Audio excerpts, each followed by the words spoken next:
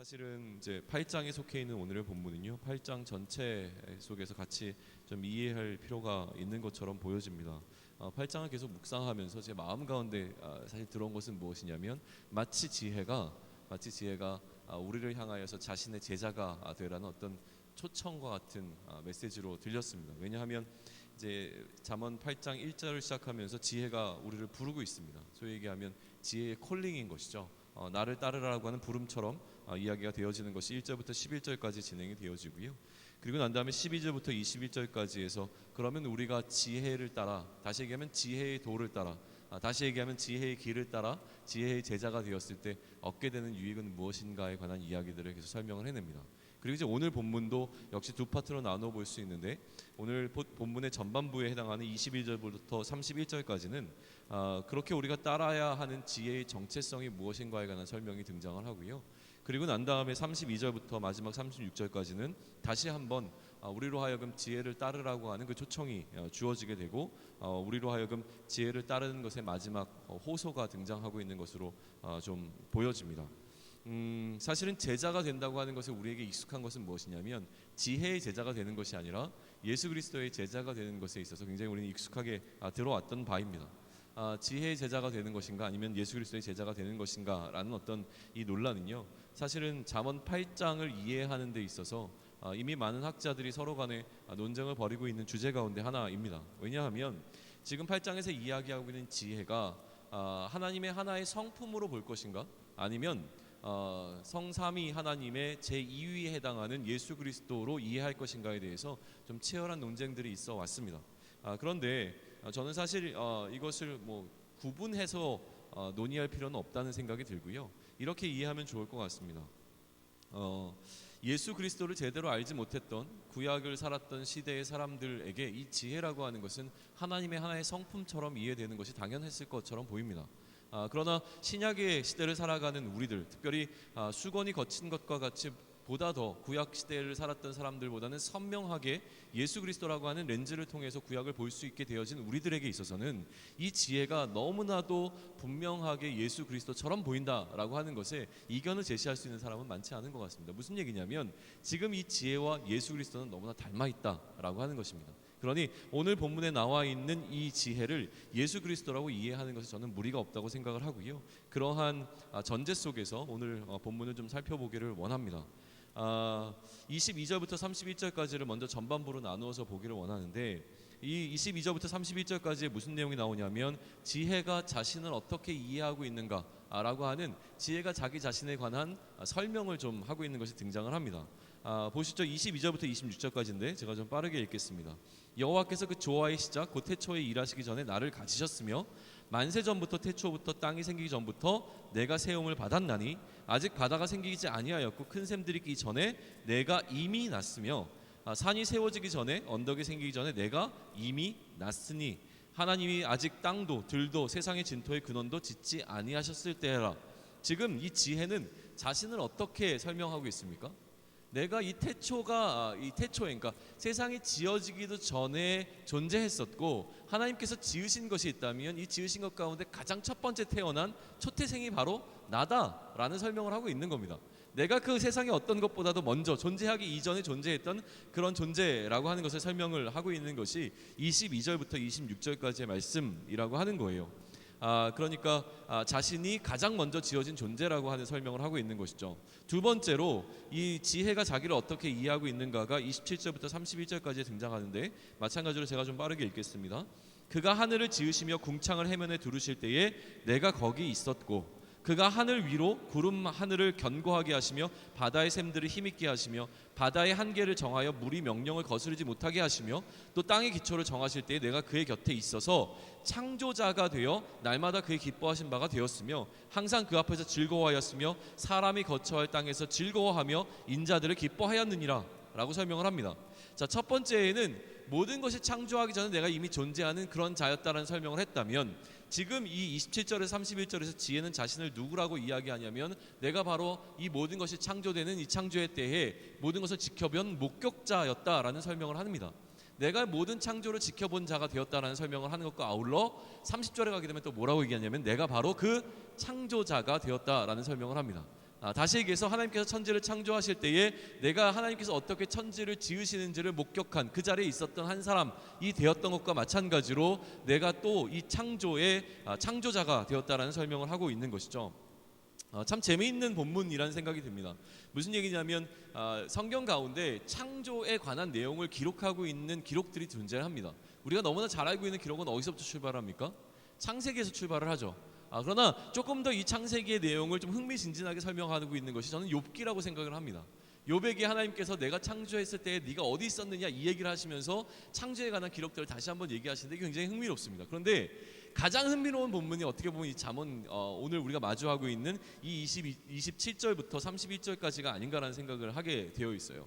어떻게 봤을 때냐면 지금은 이 지혜가 마치 자서전적으로 이 창조의 사건을 기록해내고 있다고 하는 거예요. 내가 이 창조의 때에 그 자리에 있었습니다 라는 이야기를 하는데 여기에 지혜가 느끼고 있는 흥분과 감동이 그대로 전해져 온다라고 하는 거예요. 이것이 느껴지십니까? 그것을 느끼시면 좋겠다라고 하는 겁니다. 무슨 얘기냐면 이렇게 한번 보십시오. 그날의 이야기를 하고 있는 겁니다. 그날의 이야기, 그날의 감격적이고 그날의 감동적인 이야기를 지금 지혜는 우리에게 전하고 있는 거예요. 2002년 월드컵을 기억하십니까? 그날의 흥분과 감동을 여러분은 기억하십니까? 그때 정말 우리 국민 가운데서 그 월드컵에 눈과 귀를 닫고 나는 오직 말씀만 보겠다고 하셨던 분이 계신가요? 사실은 예배 드릴 때 저는 예배 드릴 때에 또 이게 뭐라 그럴까요? 하여튼 사역과 겹쳐 있어서 굉장히 힘들었던 기억이 나요. 꼭 그 결승전이 있는 날인데 그날 제가 정확히 기억이 안 나요. 무슨 저녁 예배가 있었어요. 그래서 저녁 예배가 끝나자마자 당시에는 이렇게 자동차에서 TV가 나오던 시절은 아니었는데 누군가 자동차에서 TV가 나오는 그 집사님이 있는 그 자동차로 달려가서 월드컵을 봤던 기억이 납니다. 그만큼 예배에 집중 못하고 사실은 이 월드컵에 집중할 정도로 월드컵은 굉장히 우리에게 흥분과 감동을 주었던 사건인데 우리가 2002년을 떠올릴 때 내가 그 자리에 있었음에 관해서 얘기하면서 여전히 그 감동을 얘기하는데 그것과 비교할 수 없는 세상이 창조되는 것을 경험했던 지혜가 그 창조가 어떠했는가를 설명하는 본문이 바로 오늘 이 본문이라고 하는 것이죠. 그날의 감동, 그때의 기쁨을 이렇게 표현하는 겁니다. 자신이 특별히 창조자가 되었다라고 이야기를 하고 그날 그 환희 그대로 전하면서 내가 하나님과 무엇을 나누었다고 설명합니까? 기쁨을 나누었다고 이야기하는 것입니다. 보시기에 좋았다라고 얘기하는 그 하나님과 이 지혜는 기쁨을 함께 나누었습니다. 너무나 기쁘고 행복했던 순간이었다고 하는 것이죠. 사실 창조라고 하는 것은 우리가 감히 이야기할 수 없는 우리의 생각을 뛰어넘는 하나님의 일하심입니다. 이 창조를 경험하지 못했지만 어떤 인간도 이 창조를 경험하지 못했지만 유일하게 하나님의 창조를 그나마 맛본 자가 있었으니 그는 누구냐면 요한입니다. 요한은 새 창조를 맛본 사람이었습니다. 하나님께서 요한에게 그가 다시 만들어내실 새 창조가 어떠한지를 보여주는 것을 경험하게 하셨고 그 경험을 기록해낸 것이 요한계시록이지 않습니까? 그러다 보니까 요한계시록의 요한은 그가 보았던 새 창조의 기쁨과 감격을 정말 이 흥분 가운데서 기록하고 있는 것이 요한계시록이라고 하는 건데요. 우리가 볼 수 있는 상상, 우리가 경험할 수 있는 것을 뛰어넘는 방식이었기에 요한이 그가 바라본 새 창조를 기록할 때 늘 이런 표현을 씁니다. 마치 무엇과 같았더라. 왜냐하면 정확하게 설명할 길이 없는 겁니다. 한 번도 보지 못했던 것을 경험하니 우리가 알고 있는 지식의 한계 속에서 우리 한계를 뛰어넘는 어떤 것을 설명하면서 마치 이런 것과 같았더라라는 설명을 하는 것이 그가 할 수 있는 최선이었다고 하는 것이죠. 그러니 지금 우리는 이 지혜가 경험했던 이야기를 할 때 우리 마음 가운데 확 다가오지 않는 것이 어떻게 보면 당연합니다. 그럼에도 불구하고 지혜가 그날의 감동을 전하는 이야기를 들을 때에 우리는 그 하나님과 지혜가 함께 나누었던 기쁨이 어떤 것인가 라고 하는 것을 최대한 우리가 누릴 수 있는 가장 극도의 기쁨 가운데서 이것을 이해하려고 하는 시도를 좀 해보아야 한다라고 하는 것이죠. 그리고 난 다음에 32절로 넘어가면 지혜는 다시 한번 자신을 따르라라고 하는, 그러니까 8장 1절에서 지혜가 자신을 따르라고 불었다면 이제 마지막 이 파트에서 다시 한번 자신을 따르라는 호소로 이 8장을 마무리하고 있는 것이 보입니다. 뭐라고 이야기를 하냐면 32절 전반부에서 아들아 이제 내게 들으라 내 도를 지키는 자가 복이 있느니라 라고 설명을 하고 있는 것이죠. 따르라라고 하는 초청은요 이제 내게 들으라라고 하는 초청으로 약간 변경되어져 있습니다. 내게 들으라고 하는 것이 자신을 따르라는 말과 동일한 말인데요, 듣는다는 것은 무엇이냐면 32절 중반부로 넘어가게 되면 도를 지키는 것이다 라고 이야기합니다. 그럼 이 도를 지키게 되면 무엇이 우리에게 주어지느냐? 복이 있다라는 설명을 하는 것이죠. 그리고 33절로 넘어가서 이러한 들음이라고 하는 것은 얻는 것인데 훈계를 들어서 지혜를 얻게 된다라고 설명을 합니다. 약간 복잡하게 설명이 될 수 있는 부분이지만 최대한 단순화시키면 이렇습니다. 지혜를 듣는 것은 지혜의 도를 지키는 것입니다. 지혜의 도를 지키는 것은 지혜의 훈계를 듣는 것이 되어집니다. 지혜의 훈계를 듣게 되어지면 우리가 그 지혜를 얻게 되어진다라는 설명을 하고 있는 것입니다. 그리고 이 지혜를 얻게 되면 이제는 이 지혜를 버리지 말라라고 우리에게 조언하고 있죠. 33절 후반부인데요. 그것을 버리지 말라라고 얘기합니다. 자, 그런데 이처럼 지혜의 제자가 되는 것은 복이 있다는 설명을 다시 한번 반복해서 34절에서 기록하고 있습니다. 누구든지 내게 들으며, 다시 얘기하면 나를 따르며 날마다 내 문 곁에 서서 기다리며 문설주 옆에서 기다리는 자는 복이 있다라는 설명을 하는 것이죠. 지혜를 따르는 것이, 지혜의 제자가 되는 것이 왜 복이 있는가라고 하는 것에 대한 설명이 반드시 나와야 하는데, 그렇게 35절이 등장합니다. 35절에서 무엇이라고 기록합니까? 대저 나를 얻는 자는, 지혜를 따름으로 지혜의 제자가 되어서 지혜를 얻는 자는 생명을 얻고 여호와께 은총을 얻기 때문에 복되다라고 이야기를 하는 겁니다. 지혜를 얻는 것은 단순히 지혜를 얻는 것으로 끝나는 것이 아니라 지혜를 얻음이 우리의 생명의 문제와 연결되어 있고 하나님께로 받게 되는 은혜와 연결되어 있다라는 설명을 하는 것이죠. 따름이라고 하는 것이 지혜를 얻는 것이라고 하는 것은 33절에서 이미 말했는데, 이 얻음이 더 구체적이 되고 있는 것입니다. 지혜를 얻음은 우리가 생명을 얻음을 말하고, 지혜를 얻음은 우리가 여호와께 은총을 입었음을 말한다라고 하는 것이죠. 그러면 이렇게 좋은, 이렇게 복된 지혜를 따르지 않는 것은 우리에게 어떠한 결과를 가져오게 되는가가 마지막으로 이 8장에서 우리에게 전하고 있는 메시지인데요. 36절입니다. 그러나 나를 잃는 자는, 아까 다시는 나를 버리지 말라라고 얘기를 했는데, 나를 잃게 되어지면 어떤 일이 발생하느냐? 자기의 영혼을 해하는 것과 마찬가지다. 나를 미워하는 것인데 이것은 사망을 사랑하는 것과 같다라는 이야기를 하는 것이죠. 결국은 생명을 잃어버리며 관한 이야기고, 우리가 사망 가운데 빠질 수 없음에 밖에 없음에 관한 이야기로 그의 8장을 마무리하고 있는 것이 보여집니다. 결론적으로, 좀 긴 결론을 맺자면 이렇게 이야기를, 결론이라기보다는 정리를 다시 한번 하죠. 정리를 다시 한번 한다면, 지금 이 8장은 지혜의 제자됨에 관한 이야기를 하고 있습니다. 지혜는 예수 그리스도라고 말했습니다. 지혜를 따르면 지혜를 얻는 것이고, 이 지혜를 얻으면 우리의 생명의 문제와 연관이 되어 있다고 이야기를 했습니다. 예수 그리스도를 따른다라고 하는 것은 예수 그리스도를 얻게 되어지는 것인데, 예수 그리스도를 얻음은 우리에게 생명이 생기는 문제와 동일하다라고 하는 것입니다. 지혜가 자신을 창조하기 전에 존재했고, 그러니까 지혜가 세상이 창조되기 전부터 존재했고, 창조 시에 그가 창조자가 되었다라고 주장하는 이 중간 부분에 등장하는 이 내용이, 그러면 왜 지혜의 제자가 되는 것과 연결되어 있는가라고 하는 것이 사실은 저에겐 가장 큰 고민이었습니다. 왜 갑자기 지혜가 자신을 따르라고 하는 제자도로의 부름, 콜링을 하면서 나의 제자가 되라고 얘기하면서 내가 창조 전부터 존재했고 창조 시에 하나님과 기쁨을 나눈 자라고 하는 설명을 왜 굳이 했을까라고 하는 것이 좀 분명해졌으면 좋겠다는 생각을 했는데요. 그런데 예수 그리스도를 묵상하다 보면 많은 신약의 저자들이 예수님을 따르는 제자도에 관한 이야기를 하면서 이미 예수 그리스도께서 만물이 존재하기 이전에 존재하는 자였음에 관한 이야기를 하고 있는 것이 나타나기 시작했습니다. 그걸 한번 보시죠. 왜 그렇게 이야기하고 있는가라고 하는 부분인데요. 어떤 학자는 이렇게 얘기합니다. 오늘 잠언 8장 후반부, 우리가 살펴봤던 이 후반부의 가장 선명하고 가장 좋은 주석, 해설서는 무엇이냐면 요한복음 1장 1절로부터 4절까지이다 라는 이야기를 합니다. 제가 대신 한번 읽겠습니다. 요한은 그의 복음서 1장 1절부터 4절에서 이렇게 기록합니다. 태초에 말씀이 계시니라. 이 말씀이 하나님과 함께 계셨으니 이 말씀은 곧 하나님이시라. 그가 태초에 하나님과 함께 계셨고 만물이 그로 말미암아 지은 바 되었으니 지은 것이 하나도 그가 없이는 된 것이 없느니라. 그 안에 무엇이 생명이 있었으니 이 생명은 사람들의 빛이라. 오늘 잠언이 이야기한 것과 정확하게 동일한 구조 속에서 오늘 요한은 그의 복음서를 시작하고 있다라고 하는 겁니다. 잠언에서 지혜를 이야기하면서 이 지혜가 태초에 하나님과 태초 전에 지어졌고 태초에 하나님과 함께 있었으며 이 지혜를 얻게 되어진 것이 생명과 연관되어 있음에 관한 이야기를 잠언은 했는데, 마찬가지로 요한은 그의 복음서를 시작하면서 이것 먼저 이야기하고 있다는 얘기입니다. 요한은 먼저 잠언의 이야기를 끄집어서 예수 그리스도를 설명하고 있다라고 하는 것이죠. 요한은 그가 알고 있는 예수 그리스도를 전하라고 할 때에 우리가 읽은 잠언의 논리적인 구조를 그대로 따라서 이야기하고 있다라고 하는 겁니다. 히브리서 기자도 마찬가지예요.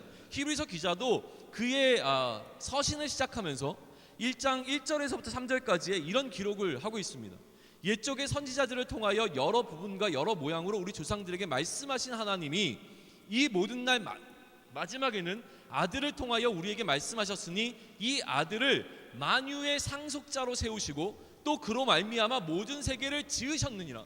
히브리서 기자는요, 이 예수 그리스도를 설명하기에 앞서서 예수 그리스도를 누구라고 설명하냐면 만유보다 앞서 있었고 만유의 상속자가 되었으며 이 만유를 지으신 분이라는 설명을 하고 있는 겁니다. 이는 하나님의 영광의 광채시요 그 본체의 형상이시라. 그의 능력으로 말씀으로 만물을 붙드시며 죄를 정결하게 하는 일을 하시고 높은 곳에 계신 지극히 크신 이의 우편에 앉으셨느니라 라고 이야기를 하면서 조금 더 이야기를 발전시키는데, 히브리서 기자는 창조자 예수 그리스도를 누구라고 상정하냐면 만물을 지으신 분이기에 죄를 정결할 수 있게 죄를 정결케 하실 수 있는 능력이 있는 분이다 라는 것으로 연결시켜 나갑니다.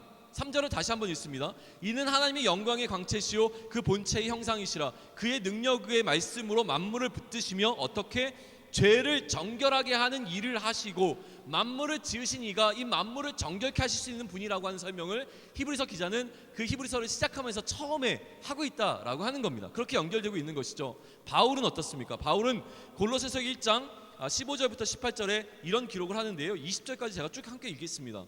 그는 보이지 아니하는 하나님의 형상이시요 모든 피조물보다 먼저 나신 이시니. 자, 이제 바울이 왜 이렇게 설명하고 있는지가 좀 이해가 되십니까? 바울은 설명합니다.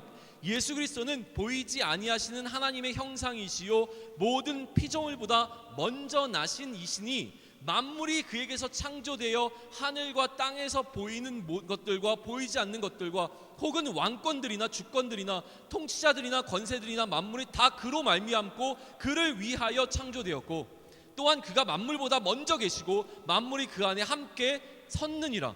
그는 몸인 교회의 머리시라. 그가 근본이시요 죽은 자들 가운데서 먼저 나신 이시니 이는 친히 만물의 으뜸이 되려 하심이요 아버지께서는 모든 충만으로 예수 안에 거하게 하시고 그의 십자가의 피로 화평을 이루사 만물 곧 땅에 있는 것들이나 하늘에 있는 것들이 그로 말미암아 자기와 화목하게 하시기를 기뻐하심이니라 라고 설명을 합니다. 다시 얘기하면 잠언이 이야기했던 것과 마찬가지로 거기에 요한이 설명하고 있는 설명과 히브리서에 설명하는 설명과 맞물려서 이 바울이 설명은 무엇이냐면, 만물을 존재하기 전부터 존재하셨던 그리스도께서 그 그리스도로 말미암아 만물이 창조되었는데 이 그리스도의 십자가의 피로 말미암아 만물이 이제는 하나님과 화목할 수 있게 되어졌다. 그래서 하나님과 화목되어지는 재창조의 이 사건이 다시금 창조 때의 하나님과 지혜가 기뻐했던 것과 마찬가지로 이제는 하나님이 예수 그리스도 안에서 함께 우리가 하나님과 화목되는 것을 기뻐하신다라는 설명을 하고 있다라고 하는 것이죠. 결국은 모든 성경의 저자들이 이야기하고 있는 것이 하나로 연결되어진 것을 우리는 볼 수 있습니다. 그러니 지금 바울의 설명은 하나님과 우리의 화목을 이루는 인류 재창조의 대행자로서 예수 그리스도가 얼마나 합당한 자인지를 설명해내고 있다라고 하는 것입니다. 잠언은 지금 지혜를 어떤 자로 설명하냐면 우리가 그처럼 하나님과 하나됨에 있어서 하나님이 우리를 창조하심에 있어서 얼마나 합당한 자인지라고 하는 것을 설명해 내면으로 말미암아 이 지혜가 우리 속에 거할 때에 우리에게 생명의 문제가 어떻게 탄생되는지를 설명하고 있다라고 하는 겁니다. 이 합당함이라고 하는 것, 다시 얘기해서 예수 그리스도가 우리의 죄의 문제를 해결함으로 말미암아 다시금 하나님의 기쁨이 되어지는 것에 얼마나 합당한 자인지를 설명해 내기 위하여 만물이 존재하기 전부터 만물이 존재할 때에 그날에 함께 했던 예수 그리스도를 설명하는 것이 얼마나 마땅한가를 설명하는 이 본문은요, 한마디로 표현하게 되면 기쁨이라는 단어로 정리할 수 있게 되어집니다. 오늘 본문 30절과 31절은 이렇게 기록합니다. 내가 그 곁에 있어서 창조자가 되어 날마다 그의 기뻐하신 바가 되었으며 항상 그 앞에서 즐거워하였으며 사람이 거처할 땅에서 즐거워하며 인자들을 기뻐하였느니라 라고 설명을 하죠. 방금 읽은 골로새서 1장 20절에는 이렇게 기록합니다. 그의 십자가의 피로 화평을 이루사 만물 곧 땅에 있는 것들이나 하늘에 있는 것들이 그로 말미암아 자기와 화목하게 하시기를 기뻐하심이라. 이사야 42장 1절은 이렇게 말합니다. 내가 붙드는 나의 종 내 마음에 기뻐하는 자 곧 내가 택한 사람을 보라. 내가 나의 영을 그에게 주었은즉 그가 이방에 정의를 베푸리라. 마태복음 3장 17절은 이렇게 기록합니다. 하늘로부터 소리가 있어 말씀하시되 이는 내 사랑하는 아들이요 내 기뻐하는 자라 하시느니라. 우리가 따르기에 합당한 예수 그리스도에 관한 이야기를 지금 오늘 잠언은 지혜라고 하는 것을 통해서 이야기하고 있습니다. 그리스도의 길을 따르는 것이 제자가 되어지는 것입니다. 요즘 저의 삶을 완전히 사로잡고 있는 한마디는 무엇이냐면 단 하루를 살아도 예수 그리스도의 제자로 살겠다라고 하는 것인데요. 이것이 얼마나 중요하고 소중한지를 다시 한번 깨닫게 되어지는 본문으로 생각이 되어집니다. 단 하루를 살아도 예수 그리스도의 제자로 살아가는 것이 그것이 나에게 기쁨이 되어지는 삶을 살 수 있으면 좋겠다라고 하는 것이죠. 그러면 나의 삶에서 내가 따를 것이 무엇인가를 바라보는 그 삶을 살아내야 되는 것이죠. 예수 그리스도가 정말로 내가 따를 유일한 길이라고 하는 것을 인정함으로 예수 그리스도를 따라가는 제자의 삶을 살아내는 것이 저에게 얼마나 중요한가를 다시 한번 생각해 보게 되어집니다. 오늘을 살아가면서 내가 나의 삶에서 따르고 있는 것은 무엇인가를 우리가 함께 고민할 수 있는 한 날이 되었으면 좋겠습니다. 오늘 본문 32절부터 34절까지는 이렇게 기록하고 있습니다. 아들들아 이제 내게 들으라. 내 도를 지키는 자는 복이 있느니라. 지혜를 따르는 자는, 예수 그리스도를 따르는 자는, 예수 그리스도의 제자로 살아가는 자는, 지혜의 제자로 살아가는 자는 복이 있다라고 이야기합니다. 훈계를 들어서 지혜를 얻으라. 그것을 버리지 말라. 누구든지 내게 들으며 날마다 내 문 곁에 서서 기다리며 문설주 옆에서 기다리는 자는 복이 있다라고 이야기합니다. 자, 오늘을 살아가면서 우리가 그리스도의 제자로 살아간다는 것은 이러한 모습으로 살아가는 것이라고 하는 것이 너무나 선명합니다. 예수 그리스도의 제자로 살아간다는 것은 어떻게 살아가는 것입니까? 그리스도에게 듣는 것입니다. 그리스도의 말씀을 듣는 자로 살아가는 것입니다. 그리스도의 말씀을 듣는다는 것은 단순히 우리가 오늘 아침에 나와서 이렇게 함께 말씀을 나누는 것을 이야기하는 것으로 끝나는 것이 아닙니다.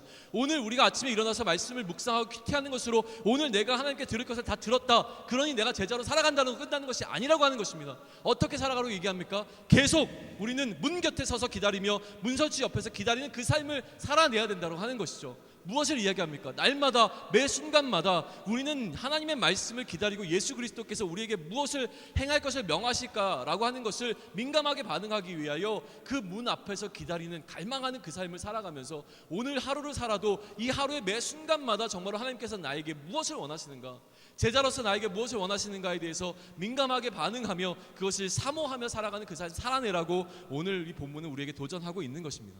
그 삶 살아낼 수 있기를 소망합니다. 오늘 하루 동안 하나님께서 나에게 주시는 그 말씀에 민감하게 반응하며 그 말씀이 나에게서 실제가 되어지는 것을 경험하며 사는 삶 살아내시기를 축원합니다. 함께 기도하겠습니다. 하나님, 지혜를 따르기를 소망합니다. 다른 것을 따르지 않기를 소망하고 지혜가 우리를 향하여 나를 따르라고 부르시는 그 초청에 우리가 응할 수 있기를 소망합니다. 왜냐하면 이 지혜가 그만한 합당한 가치를 갖고 있기 때문임을 우리는 알고 있습니다. 생명의 문제가 이 지혜로부터 나옴을 우리는 알고 있습니다. 그럼에도 불구하고 우리가 다른 것을 사랑하고 있지는 않은지 다시 한번 돌아봅니다. 오늘 하루를 살아가며 우리가 지혜의 제자로 살아갈 수 있기를 소망합니다. 예수 그리스도의 제자로 살아갈 수 있기를 소망합니다. 매 순간마다 그리스도께서 우리에게 어떠한 자로 나타나고 있는지에 대해서 묵상할 수 있게 하시고 우리의 하루의 삶을 통하여서 끊임없이 우리에게 말씀하시는 하나님의 그 말씀 가운데 우리 안에 거하시는 그 하나님의 영이, 그 그리스도의 영이 우리에게 말씀하실 때에, 우리를 이끌어 가실 때에 순종하며 우리가 민감하게 반응하여 따라갈 수 있는 한 날이 될 수 있도록 하나님 허락하여 주시옵소서. 힘과 용기를 허락하여 주시고 우리에게 예수 그리스도의 말씀에 순종할 수 있는 담력을 허락하여 주심을 말미암아 세상에 굴복하지 아니하고 세상이 능히 감당할 수 없는 그 방식으로 오늘 하루 우리에게 주어진 삶을 잘 살아내므로 말미암아 오늘 우리의 삶을 돌아보았을 때에 참 잘하였다 칭찬받는 하나님의 제자가 될 수 있도록 인도하여 주시옵소서. 이 모든 말씀 우리 주 예수 그리스도의 이름으로 기도드렸사옵나이다. 아멘. 하늘에 계신 우리 아버지여,